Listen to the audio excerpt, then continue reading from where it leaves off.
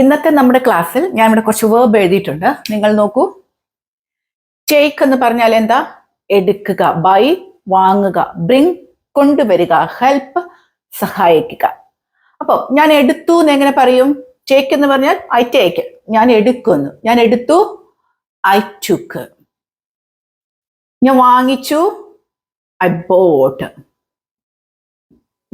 ഞാൻ കൊണ്ടുവന്നു, brought. Again ഞാൻ സഹായിച്ചു, ഹെൽപ്ഡ്. ഇത് നമുക്കറിയാം. ഇനി ഞാൻ സങ്കടത്തോടെ പറയായിരുന്നു, എനിക്കത് എടുക്കാമായിരുന്നു. എങ്ങനെ പറയണം? ഞാൻ മറന്നുപോയി, എനിക്കത് എടുക്കാമായിരുന്നു എന്ന് പറയണമെങ്കിൽ could have, V3 have ആണ്, അതുകൊണ്ട് V3. take, took, taken. എനിക്ക് എടുക്കാമായിരുന്നു, മറന്നുപോയി, എനിക്ക് എടുക്കാമായിരുന്നു. ബോട്ട് വാങ്ങിച്ചു, എനിക്കത് കണ്ടപ്പോ വാങ്ങിക്കാമായിരുന്നു. ഇപ്പൊ അത് ഓർക്കുമ്പോ വിഷമം വരും. വാങ്ങിക്കാമായിരുന്നു. could have bought, V3 വാങ്ങിക്കാമായിരുന്നു. again bring, brought. എനിക്കത് എടുത്തോണ്ട് വരായിരുന്നു, എനിക്കത് കൊണ്ടുവരായിരുന്നു. could have brought, V3. helped സഹായിച്ചു, എനിക്കവനെ സഹായിക്കാമായിരുന്നു.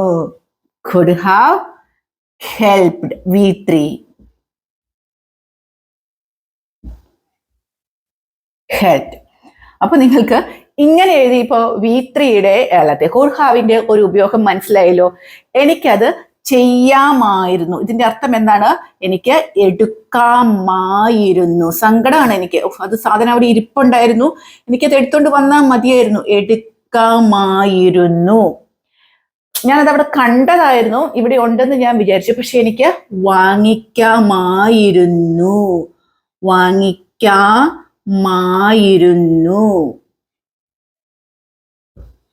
could have brought, bring, brought, brought.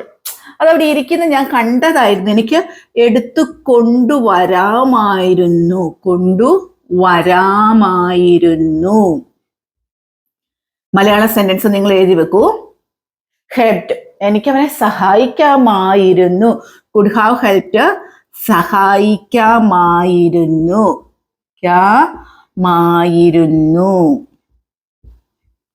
പെട്ടെന്ന് നിങ്ങൾക്ക് മനസ്സിലായല്ലോ ഇവിടെ could haveന്റെ ഉപയോഗം. could have കഴിഞ്ഞ have ആണ്, നമുക്ക് എല്ലാവർക്കും അറിയാം. പിന്നെ നമ്മൾ ഉപയോഗിക്കേണ്ടത് V3 ആണ്. അപ്പൊ ഇതിനെ എക്സ്പ്ലെയിൻ ചെയ്തിട്ടുള്ള നല്ലൊരു വീഡിയോ നമുക്ക് അടുത്ത ദിവസം തന്നെ നിങ്ങൾക്ക് തരുന്നതാണ്. ഇപ്പൊ നിങ്ങൾ ഈ could haveന്റെ ഉപയോഗം വാങ്ങിക്കാമായിരുന്നു, എടുക്കാമായിരുന്നു, കൊണ്ടുവരാമായിരുന്നു എന്ന് നിങ്ങൾ മനസ്സിലാക്കി വെക്കുക. അടുത്ത ദിവസം നമുക്ക് സെന്റൻസുകളൊക്കെ ആക്കി നോക്കി പഠിക്കാം. Thank you.